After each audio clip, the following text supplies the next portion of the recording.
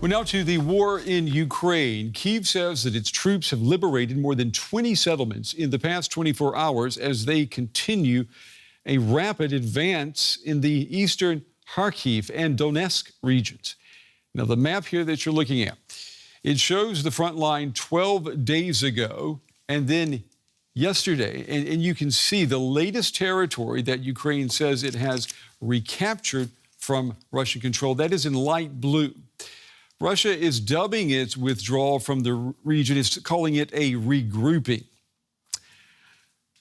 Well, overnight, Ukrainian officials have said that Russian airstrikes on civilian infrastructure had caused widespread power outages. Ukrainian President Zelensky says that Russia is deliberately trying to deprive people of electricity and heat. And today, the mayor of Kharkiv described these strikes as Russian reprisals for Ukraine's recent territorial gains.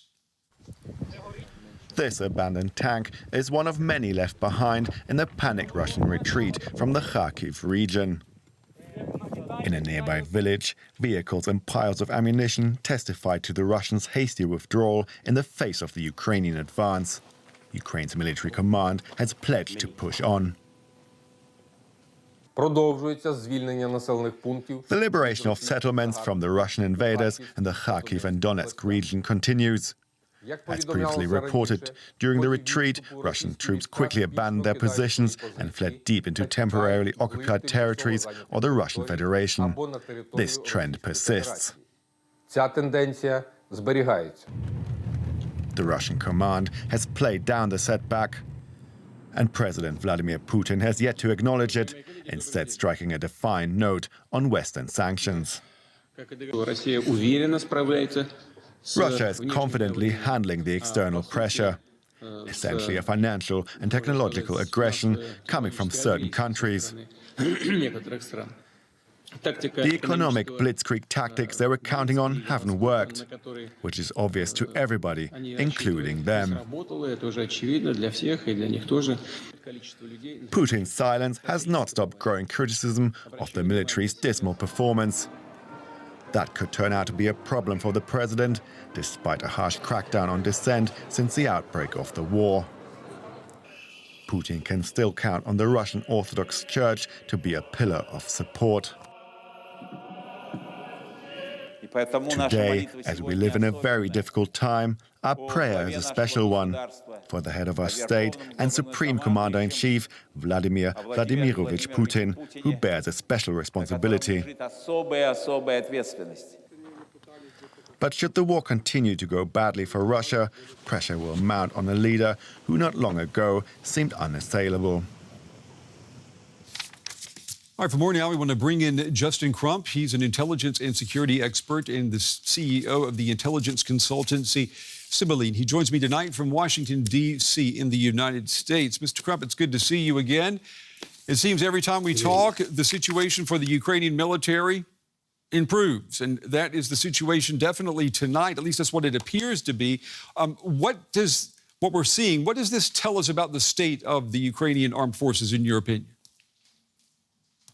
That we've talked before, as you said, I mean, combat power comes from three different areas. The physical, so what you actually have, people, tanks, guns, the moral, the purpose for which you're fighting, and the conceptual, so what you do with it all. And I think what's really clear here is that Ukraine's made great progress in all those areas. We knew the moral component was high. We knew that their physical component was growing with what they've been given from the West and what they were able to generate from their people.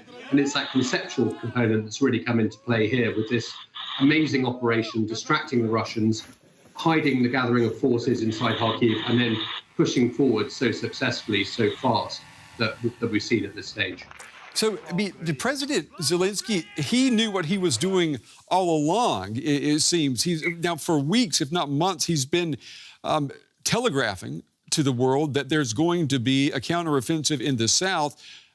Actually, that was meant for the East, but he said that knowing that it would draw Russian forces to the South. Is that what he's done? Yeah, very much so. And I mean, I would stress, though, I do think the counteroffensive in Kherson is also real. I don't want to diminish that. It is not just a feint or a play. There is real momentum there, and there was a real opportunity there. I think what they did so cleverly was committing forces to that and having a lot more available than perhaps people had expected, and being able to assemble them in secret and deploy them in the east. You and I talked before about the importance and difficulty of deception on this battlefield at a time when UAVs are prevalent, satellites, social media as well. It's very, very hard to assemble troops like this with that level of security. So an extraordinary effort by the Ukrainians to gather 5 brigades worth of troops, equivalent to a NATO division, with such secrecy. And as you say, they played a blinder, really. Yeah. And, you know, we are seeing reports of, and it's astounding, Ukrainian troops outnumbering Russian forces in this section of the front line by as many as 8 to 1. Now, can you tell us how can this happen, considering the fact that when we're looking at the cities of, Kupiansk and Izium, which have been used as staging posts for the Russian invasion, how can they let their troop numbers be decimated like this? I'll be fair that the claims of 8 to 1 have come from the Russian side, and I'm pretty sure when you're on the receiving end of a assault like this that's making the most of what we call maneuver warfare, so very mobile warfare, where you overwhelm your enemy in time and space by just hitting them so hard. I'm not sure they knew precisely how many people they were facing. I'm absolutely certain it felt like 8 to 1. But this is all about creating superiority in a small area to overwhelm the enemy. So it's actually Ukraine's concentration of force secretly that was so important here. That meant they could punch hard with an armored force originally, lots of mobile forces behind that, to break through the Russian front lines, which were a bit of a shell in this area. It's where they sent forces to recover that were damaged earlier in the war, and they've never really rebuilt. And then, of course, once they got through that shell, there was just nothing behind it. And hence the Russians have collapsed so fast and so far. They've just been overwhelmed in that way. So it's all about concentration of force locally. But that's been so hard to achieve on this battlefield until now. And you use the word collapse. I've heard other military analysts using that word today as well. I mean, that's a serious word to be using when you're talking about this situation, particularly for the Russian military. I mean, are we seeing a cataclysmic event unfolding right now for Russia? Yes, but within certain boundaries. I think it's a collapse of this part of their military forces on this front. It won't necessarily persist. You know, I don't think we should think just because Ukraine's advanced this far and fast that it can be maintained now ceaselessly. Ukrainian forces have to regroup. Russia's had some time to try and build new defensive lines. So it's not inevitable this route will continue. It might, though, and I think the most important thing here is the change of tone by Russian commentators. Actually, the open blaming of Putin for the first time, really, for these failures, and him being held slightly more to an account. Now, it's early days in this, but that's the big change that we haven't seen so far during this conflict. I think all eyes are on what Russia does next and how far and fast this rot spreads. But at the moment, they should hold other parts of the south. They can possibly stabilize back, but they are definitely now on the back foot and in a defensive position, which is not what they're expected to be by this point. After the failure of the Kyiv offensive, you know, we saw a purge of Russian military and intelligence staff. At least that's what was reported. Considering what we're seeing right now, what is that going to mean? I mean, are we talking about something of similar magnitude? And if so, what's that going to mean for the military? And what does that explain why we're not hearing much from Moscow? Yeah, partly. I think partly the Russians just don't know how to react to this. It's caught them completely off guard. They've shown throughout the conflict they just don't have a speed of reaction to change circumstances.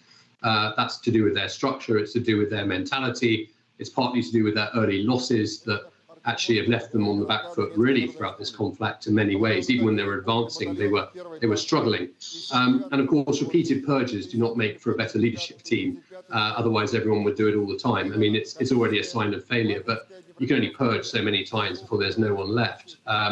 And again, they're running out of people to blame, which is why the president, who previously has been almost floating above criticism in many ways in the eyes of the Russians, is now personally being mentioned as actually he's responsible for this. That is a real change. I don't think they know how to react. And again, all eyes on whether they try and escalate this. That'll be very, very hard for them at this stage. And there is that warning of course, if Russia tries to escalate, it could indeed collapse, which could be something that we see quickly at this point. Again, it may stabilize, they may hold what they have, try and dig in for the winter. But regardless, there's a lot of very painful decisions being made in Moscow right now. And I think having to face real failure in the face right now for the first time, I think we have to be honest about that.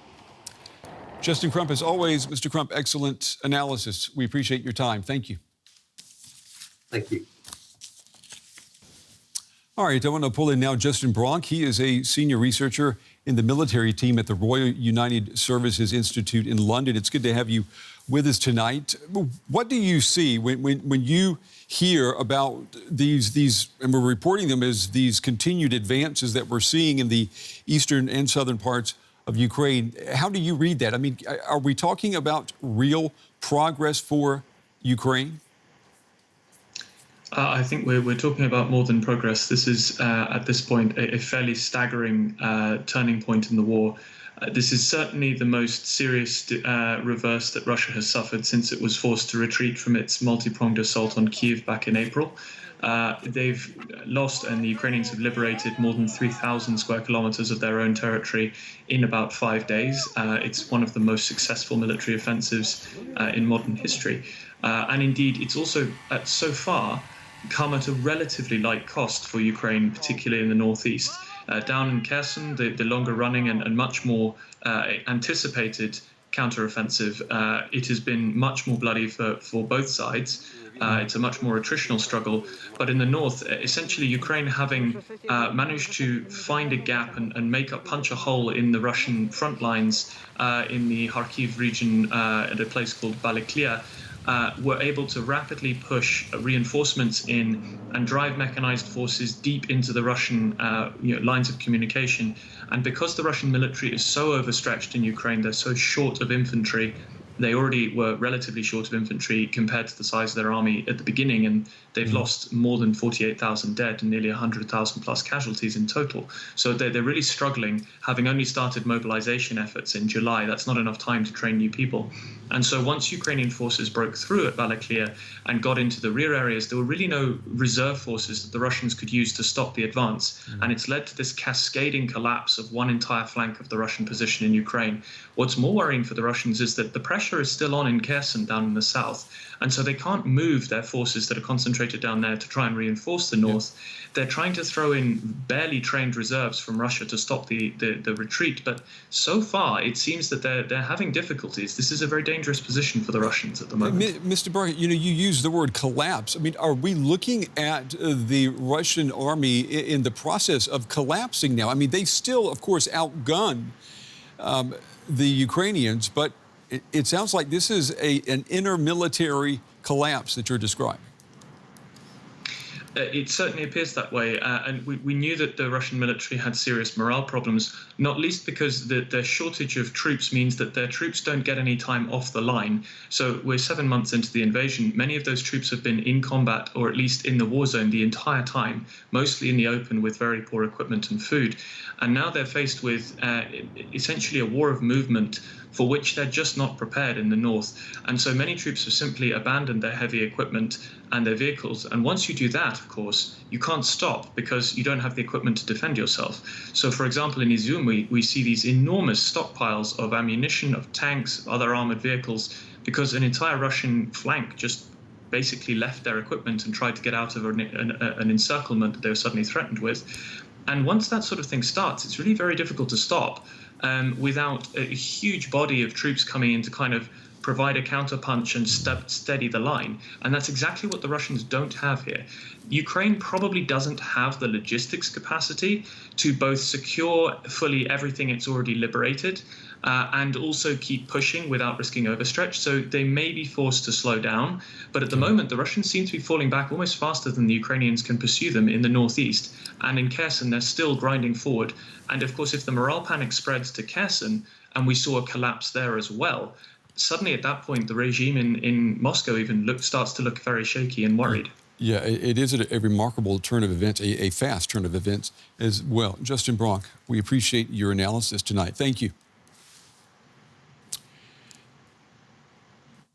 All right, from the battlefield analysis to the political input, I want to pull in now Mr. Markus Faber. He is a member of the German parliament with the German Liberal Party, the FDP. He also sits on the Defense Committee in Parliament. Mr. Faber, it's good to have you with us tonight. We're hearing there, you just heard it from this military analyst. These are remarkable turns of events in favor of the Ukrainian military. Knowing that, is now the time to increase those weapons shipments to Ukraine? I mean, that's being discussed here in Germany. Are you in favor of that? Does Germany need to send more weapons to Kyiv? Germany absolutely has to send more weapons to Kyiv. The Liberal Party is very much in favor for it, basically since the beginning of the war. I think it would always been better if Germany would have decided for heavy weaponry 2 months ago. So the current offensive the Ukrainians are posing could be supported even better, but we haven't had this decision 2 months ago. We absolutely need it now. So far, no country has sent in Western battle tanks to Ukraine. Do you think Germany should now lead the way with this and change that? Germany already has sent tanks to Ukraine, Gepard tanks, and I think we have to do more about it. We can do more about it when we're talking about Fuchs, when we're talking about Marder. This is where we have a lot of in supply. I think these are the first steps that have to be taken now. And what about you? I know there are members of the German parliament and also in the German government who oppose sending more weapons or heavy weaponry. What argument do they have now, considering that we're talking about possible Russian retreats taking place? That's a good question. We better ask themselves. I think some colleagues in the Bundestag still fear a kind of escalating conflict in Ukraine. But I've been in Ukraine, I've been in Kiev, I've been in Kharkiv, in Kramatorsk, in Sloviansk. It's a full-scale invasion. It's a full-out war. It's a brutal war. It's a terrorist war. And there will not be conventional invasion. So Germany should do what we can do, and it includes sending tanks as well. Markus Faber, a member of the Defense Committee with the German Bundestag. Mr. Faber, we appreciate your time and your insights tonight. Thank you. Thank you.